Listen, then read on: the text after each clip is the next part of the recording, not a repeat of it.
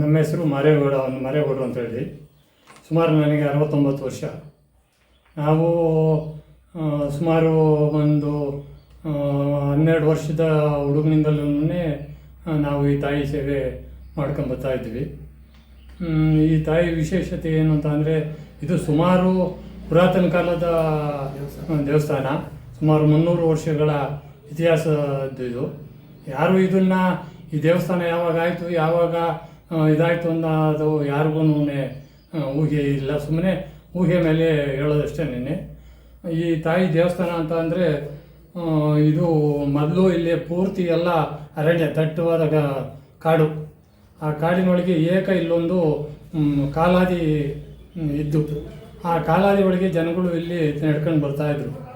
ಆವಾಗಿನ ಕಾಲದಲ್ಲಿ ಮುತ್ತುರತ್ನ ವ್ಯಾಪಾರಿಗಳು ಕತ್ತೆ ಕುದುರೆಗಳ ಮೇಲೆ ವ್ಯಾಪಾರ ಮಾಡ್ತಿದ್ರು.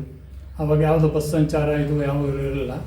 ಅದಾಗ ಕತ್ತೆ ಕುದುರೆ ಮೇಲೆ ಏರಾಕೊಂಡು ಬಂದು ಇಲ್ಲಿ ಈ ರೋಡ್ನಲ್ಲಿ ಹಿಂಗೆ ಬರ್ತಾ ಇದ್ರಂತೆ. ಅವಾಗ ಏನಾಯಿತು, ಅವರಿಗೆ ಮಧ್ಯಾಹ್ನ 1 ಗಂಟೆ ಆಯಿತು, ಹಸಿವಾಯಿತು.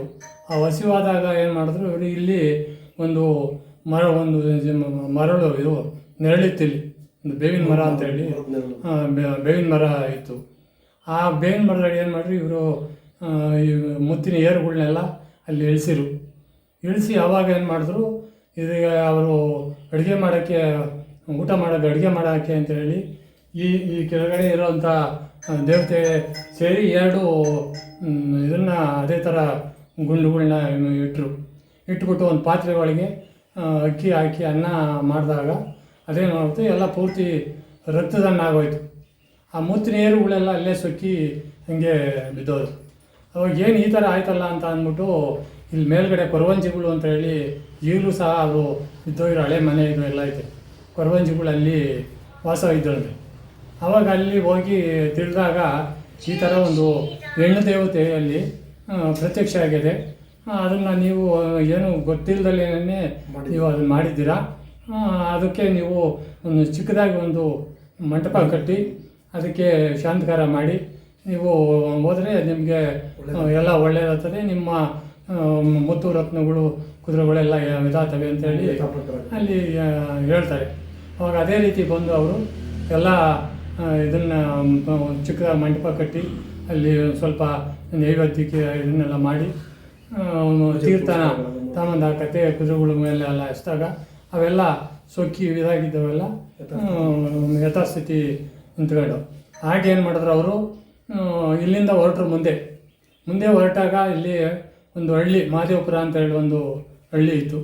ಅಲ್ಲಿ ಹೋದಾಗ ರೋಡ್ನಲ್ಲಿ ಹೋಗುವಾಗ ಅವರು ಹೇಳ್ಕೊಂಡು ಹೋದರು, ಈ ಥರ ಒಂದು ದೇವತೆ ಈ ಕಾಡಿನಲ್ಲಿ ನೆಲೆಸೈತೆ, ಅದನ್ನು ನೀವು ಭಕ್ತಿಯಿಂದ ಅದನ್ನು ಪೂಜೆ ಮಾಡಿ ಅಂತ ಹೇಳ್ಬಿಟ್ಟು ಅವರು ಹೊರಟೋದ್ರು. ಅವಾಗಿನಿಂದಲೂ ಇದು ಏನು ಮಾಡ್ತು, ಹಂಗೇನೆ ಎಲ್ಲ ಭಕ್ತರುಗಳೆಲ್ಲ ಈ ದಾರಿ ಒಳಗೆ ಬಂದು ಎಲ್ಲ ನೋಡಿಕೊಂಡು ಗಾಬರಿಗೊಂಡ್ರು. ಏನು ಈ ಥರ ಪ್ರತ್ಯಕ್ಷ ಆಗಿದಲ್ಲ ಅಂತ ಗಾಬರಿಗೊಂಡಾಗ ದೇವತೆ ಪ್ರತ್ಯಕ್ಷಗಳಾಗಿದ್ದಲ್ಲ. ಆವಾಗ ಏನು ಮಾಡಿದ್ರು, ಅವರು ಎಲ್ಲ ಇಲ್ಲಿ ಬಂದು ಇದನ್ನು ಆಡಿ ಎಲ್ಲ ಜನಗಳೆಲ್ಲ ಸೇರ್ಕೊಂಡು ಅವಾಗ ಇಲ್ಲಿ ಬೇವಿನ ಮರ ಅಂತ ಇತ್ತು. ಅವಾಗ ಏನು ಮಾಡಿಬಿಟ್ರು, ಅವರು ಕರಿಯಣ್ಣಮ್ಮ ಅಂತ ಹೇಳಿ ಒಂದು ನಾಮಕರಣ ಮಾಡಿದರು ದೇವರಿಗೆ. ಬೇವಿನ ಮರ ಇರೋದ್ರಿಂದ ಕರಿಯಣ್ಣಮ್ಮ ಅಂತ ಹೇಳಿ ನಾಮಕರಣ ಮಾಡಿದರು. ಆಮೇಲೆ ಎಲ್ಲ ಅದೇ ಥರ ಎಲ್ಲ ಭಕ್ತಾದಿಗಳೆಲ್ಲ ಸೇರಿ ವರ್ಷಕ್ಕೊಂದು ಸರ್ತಿ ಜಾತ್ರೆ ಮಾಡೋಣ ನಾವೆಲ್ಲ ಸೇರಿ ಅಂತ ಹೇಳ್ಬಿಟ್ಟು ಎಲ್ಲ ಇದು ಮಾಡಿದ್ರು. ಅವಾಗೆಲ್ಲ ಜಾತ್ರೆ ಮಾಡೋಕ್ಕೆ ಒಂದು ದೇವರು ಮೆರವಣಿಗೆ ವಿಗ್ರಹ ಮಾಡಿದರು. ಅವಾಗ ಎಲ್ಲ 16 ಹಳ್ಳಿಯ ಜನನು ಇಲ್ಲಿ ಸೇರ್ಕೊಂಡ್ರು. ಈ ಥರ ನಾವು ಒಂದು ಒಗ್ಗಟ್ಟಾಗಿ ಎಲ್ಲ ಸೇರಿ ಒಂದು ಇದು ಮಾಡಬೇಕು ಅಂತ ಅಂದ್ಬಿಟ್ಟು ಸೇರ್ಕೊಂಡಾಗ ಇಡೀ 16 ಹಳ್ಳಿನೂ ಸೇರ್ಕೊಂಡು ಅಮ್ಮನ ಜಾತ್ರೆ ಇದು ಏಪ್ರಿಲ್ಲು 20ನೇ ತಾರೀಕಿನಿಂದ 5 ದಿವಸ ಜಾತ್ರೆ ನಡೀತದೆ. 5 ದಿವಸನೂ ದೇವರಿಗೆ ಶುಕ್ರವಾರ ದೇವರು ಹಳ್ಳಿ ಮೇಲೆ ಹೋದರೆ ಬುಧವಾರ ಇಲ್ಲಿಗೆ ಬರ್ತದೆ. ಅದೇ ಭಾನುವಾರ ರಾತ್ರಿ ಎಲ್ಲ ಹಳ್ಳಿ ಮೇಲೂ ಹೋಗಿ ಭಾನುವಾರ ರಾತ್ರಿ ಬಂದಿರ್ತದೆ. ಆವಾಗ ಅದನ್ನು ಎಮ್ಮನ್ನು ಒಳಗಡೆಗೆ ತಗೊಳ್ಳಲ್ಲ. ಅದಕ್ಕೆ ಉಪಹಾರ ಅಂತ ಹೇಳಿ ಮಾಡಿ ಅದನ್ನು ಆಮೇಲೆ ದೇವ್ರನ್ನ ಒಳಗಡೆಗೆ ತಂತಾರೆ. ನಂತರ ತಿರ್ಗಾ ಹಳ್ಳಿ ಮೇಲೆ ಹಂಗೆ ಹೊರಟೋಗ್ತದೆ. ಹೊರಟೋಗಿ ಸೋಮವಾರ ರಾತ್ರಿ 12 ಗಂಟೆಗೆ ಬರ್ತದೆ ಹಳ್ಳಿಮಿಲ್ಲ. ಆವಾಗ ಇಲ್ಲಿ ಕರಗೋತ್ಸವ ಅಂತೇಳಿ ಮಾಡ್ತಾರೆ. ಕರಗೋತ್ಸವ ಅಂತೇಳಿ ಮಾಡ್ತಾರೆ. ರಾತ್ರಿ 12 ಗಂಟೆಗೆ ಶುರುವಾಗ್ತದೆ. ಇಲ್ಲಿಗೆ 3 ಗಂಟೆ ರಾತ್ರಿಗೆ ಇಲ್ಲಿಗೆ ಬಂದು ಸೇರ್ತದೆ. ಆಮೇಲೆ ನಂತರ ಏನು ಮಾಡ್ತಾರೆ, ಇಲ್ಲಿ ಅಗ್ನಿಕೊಂಡ ಮಾಡ್ತಾರೆ. ಎಲ್ಲ ಊರಿನವ್ರ ಆರತಿಗಳೆಲ್ಲ ಬರ್ತವೆ. ಆರತಿಗಳೆಲ್ಲ ಕರ್ಕೊಂಬಂದು ಇಲ್ಲಿ ಬಿಟ್ಟು ಅಗ್ನಿಕೊಂಡ ಮಾಡ್ತಾರೆ.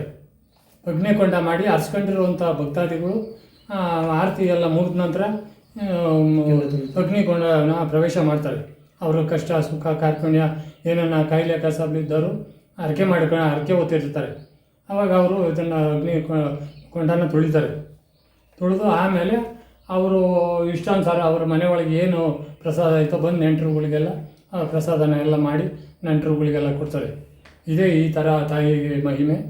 ಇದನ್ನು ಕಷ್ಟ ಸುಖ ನಮಗೆ ಕೆಲಸ ಕಾರ್ಯಗಳು ನಮಗೆ ಕಾಯಿಲೆ ಕಸಾಬ್ಲಿ ಇದ್ದಾವಂಥವ್ರು ಬಂದು ಹರಕೆ ಹೊತ್ತು ನೋಡಿ ಆ ಥರ ಮಾಂಗಲ್ಯಗಳನ್ನೆಲ್ಲ ಅವರು ಕಷ್ಟ ಸುಖಕ್ಕೆ ಅವರು ಕಾಯಿಲೆ ಕಸಾಬುಗಳಿಗೆ ಹರಿಸ್ಕೊಂಡಿರುವಂಥವ್ರನ್ನ ಪ್ರತಿಯೊಬ್ಬರೂ ಅದು ಹರಕೆ ಮಾಡ್ಕೊಂಡಿರೋಂಥ ಅವು ಆಭರಣ ಅದನ್ನು ಹೊತ್ಕೊಂಡು ತಾಯಿ ಮಹಿಮೆ ಹಿಂಗೈತೆ ಅಂತ ಹೇಳ್ಬಿಟ್ಟು ಎಲ್ಲ ಕಡೆಗೂ ಪ್ರಚಾರ ಮಾಡಿದಾಗ ಇದು ತಾಯಿ ಇಷ್ಟು ಒಂದು ಪ್ರಬುದ್ಧಮಾನವಾಗಿ ನಡೆಯೋಕ್ಕೆ ನಡೀತದೆ. ಪ್ರತಿದಿನ ಇಲ್ಲಿ ಅನ್ನದಾಸ ಪ್ರತಿದಿನ. ಆಮೇಲೆ ಇವಾಗ ಪ್ರತಿ ದಿವಸ ಸೋಮವಾರ ಬೆಳಿಗ್ಗೆ 11 ಗಂಟೆಯಿಂದಲೂ ಸಾಯಂಕಾಲ 5 ಗಂಟೆ ತಕ್ಕಲು ಬರುವ ಭಕ್ತಾದಿಗಳಿಗೆ ಅನ್ನದಾಸೋಹನ ನಡೆಸ್ತದೆ. ಎಲ್ಲ ತಾಯಿ ಮಹಿಮೆಯಿಂದ ಎಲ್ಲ ಅದ್ದೂರಿಯಾಗಿ ನಡೀತಾರೆ. 7 ಗಂಟೆಗೆ ಬಂದು ಅಭಿಷೇಕ, ನಂತರ ಪೂಜೆ 12 ಗಂಟೆಗೆ ಮಹಾಮಂಗಳಾರತಿ ಆಗ್ತದೆ. ನಂತರ ಆಮೇಲೆ ಪ್ರಸಾದ ವಿನಿಯೋಗ ಏರ್ಪಡಿಸ್ತೀವಿ.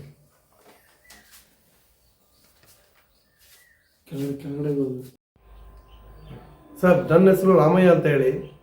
ಈ ದೇವರು ಸುಮಾರು ನಾನು ಬುದ್ಧಿ ಕಂಡಾಗ್ಲಿಂದನೂ ನಾನು ಇಲ್ಲಿ ಈ ದೇವ್ರನ್ನ ನೋಡ್ತಾ ಇದ್ದೀನಿ. ಈ ತಾಯಿನಲ್ಲಿರೋ ಶಕ್ತಿ ಅಪಾರವಾದಂಥದ್ದು. ಈ ಅಮ್ಮನ ಬಂದಿಲ್ಲಿ ಏನು ಬೇಡ್ಕೊಂತೀರ ಅದನ್ನು ನಿಜವಾಗ್ಲೂ ನೆರವೇರಿಸ್ಕೊಡ್ತಾಳೆ. ಆಮೇಲೆ ಈ ಹಬ್ಬ ಸುಮಾರು ಯಾವಾಗ ಯುಗಾದಿ ಕಳೆದ 15 ದಿನಕ್ಕೆ ಸ್ಟಾರ್ಟ್ ಆಗುತ್ತೆ. ಅದು 5 ದಿನಗಳ ಒಂದು ಹಬ್ಬ. ಈ ಹಬ್ಬ ಅಲ್ಲ, ಇದು ಒಂಥರ ಜಾತ್ರೆ. ಎಲ್ಲಿ 16 ಹಳ್ಳಿಗಳು ಸೇರಿ ಇದು ಜಾತ್ರೆಯನ್ನು ಮಾಡೋದು. ಸುಮಾರು ಅಂದ್ರೂ ಸುಮಾರು ಸಾವಿರಾರು ಲಕ್ಷಾಂತರ ಜನಗಳ ಒಂದು ಹಬ್ಬ ಇದು. ಭಾಳ ಚೆನ್ನಾಗಾಗುತ್ತೆ.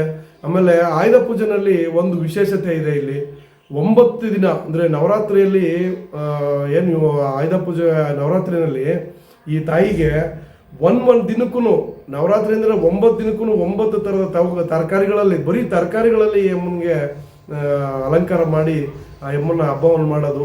ಕೊನೆ ದಿನ ಇಲ್ಲಿ ಬನ್ನಿ ಮಂಟಪ ಮತ್ತು ಇದನ್ನೆಲ್ಲ ಏನು ಹೇಳ್ತಾರದು ಬನ್ನಿ ಮರ ಕಟ್ ಮಾಡಿ ಅದನ್ನೆಲ್ಲ ಒಂದು ಭಾಳ ಚೆನ್ನಾಗಿ ಮಾಡ್ತಾರೆ. ಇಲ್ಲಿನ ಒಂದು ಶಕ್ತಿ ನಿಜಕ್ಕೂ ಈ ಅಮ್ಮನಿಗೆ ಈ ಅಮ್ಮನ ನಂಬಿದವರನ್ನಂತೂ ಅವ್ರನ್ನ ಕೈನ ಇದುವರೆಗೂ ಬಿಟ್ಟಿಲ್ಲ. ನಾನು ಕಂಡಂಗೆ ಸುಮಾರು ಇದೇ ಒಂದು ಮಾದೇವಪುರ ಗ್ರಾಮದಲ್ಲಿ ಒಬ್ಬರು ಎಲ್ಲ ಕಳ್ಕೊಂಡು, ಒಬ್ಬರು ಟೈಲರು ಎಲ್ಲ ಕಳ್ಕೊಂಡು ಬಂದು ಒಂದು ಅಂಗಡಿ ಇಟ್ಕೊಂಡು ಮಠ ಎಲ್ಲ ಕಳ್ಕೊಂಡು ಬಂದು ಅಂಗಡಿ ಇಟ್ಕೊಂಡು ಸ್ಟಾರ್ಟ್ ಮಾಡಿದ್ದು. ಸೋಮವಾರ ಈ ಅಮ್ಮನಿಗೆ ಪೂಜೆ ನೋಡಿ ಇದೇ ರೀತಿಯ ಪೂಜೆ ಪುನಸ್ಕಾರಗಳು ನಡೆಯುತ್ತೆ. ಯಾವ ಮಿನಿಸ್ಟ್ರೇ ಬರಲಿ, ಯಾರೇ ಬರಲಿ, 12 ಗಂಟೆ ಇಲ್ಲಿ ಈ ಪೂಜಾರಿಗಳು ಅಂದರೆ ಅರ್ಚಕರು ಬಂದು, ಮಾರೇಗೌಡರು ಅಂತ ಇದೇ ಬಸವನಹಳ್ಳಿ ಗ್ರಾಮದವರು, ಇವರು 12 ಗಂಟೆ ಆ ಟೈಮು ಮೀರಿ ಅದಕ್ಕೆ ಮುಂಚೆ ಯಾವತ್ತೂ ಪೂಜೆ ಮಾಡಿದ್ದನ್ನು ನಾನು ಇತಿಹಾಸದಲ್ಲಿ ನಾನು ನೋಡೇ ಇಲ್ಲ. ಸುಮಾರು 52 ವರ್ಷ ನನಗೆ ಇವಾಗ 52 ವರ್ಷಗಳ 50 ವರ್ಷಗಳ ಇತಿಹಾಸದಲ್ಲಿ ನಾನು ನೋಡೇ ಇಲ್ಲ. ಅಷ್ಟು ಒಂದು ಭಕ್ತಿ ಭಾವದಿಂದ ಆ ಯಪ್ಪನ ನಿಜವಾಗ್ಲೂ ಹೇಳ್ತೀನಿ, ಒಂದು ಕರ್ಗ ನಡೆಯುತ್ತೆ ಹಬ್ಬದಲ್ಲಿ. ಆ ಕರ್ಗನ ನೋಡಿದವರೇ ಪುಣ್ಯವಂತರು. ಆ ಕರ್ಗ ಕೈಗೆ ಬಂದ್ಬಿಟ್ಟಿದೆ ಅಂದರೆ ಅವ್ರು ನಿಜಕ್ಕೂ ಹೇಳ್ತಾ ಇದ್ದೀನಿ, ಆ ಯಮ್ಮನೇ ಅವ್ರ ಮೈ ಮೇಲೆ ಇರ್ತಾಳೆ. ಅವರಲ್ಲ, ಅವ್ರು ಅಲ್ವೇ ಅಲ್ಲ, ಮಾರೇಗೌಡ್ರೇ ಅಲ್ಲ, ಅರ್ಚಕರೇ ಅಲ್ಲ ಅವತ್ತು. ಆ ರೀತಿಯಲ್ಲಿ ಅವರು ಅಲ್ಲಿಂದ ಕರ್ಗವನ್ನು ತಗೊಂಡು ಬಂದು ಇಲ್ಲಿ ಬರ್ತಾರೆ.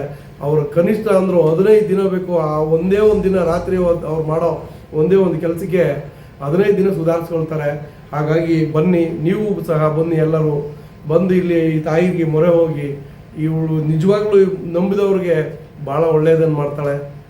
ಭಾಳ ಒಂದು ಚೆನ್ನಾಗಿ ವಿಜೃಂಭಣೆಯಿಂದ ನಡೆಯುತ್ತೆ ಅಂತ ಹೇಳಕ್ಕೆ ನಾನು ಇಷ್ಟಪಡ್ತೀನಿ.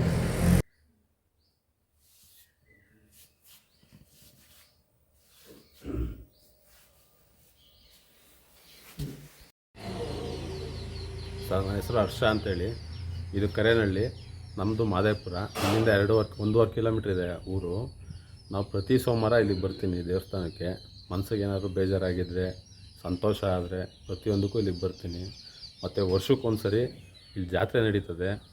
ಮತ್ತು ವರ್ಷಕ್ಕೊಂದ್ಸತಿ ನವರಾತ್ರಿ ಟೈಮಲ್ಲಿ ಪ್ರತಿದಿನವೂ ಒಂದೊಂದು ಅಲಂಕಾರ, 13 ದೇವಿಗೆ ಅಲಂಕಾರ ಮಾಡ್ತಾರೆ.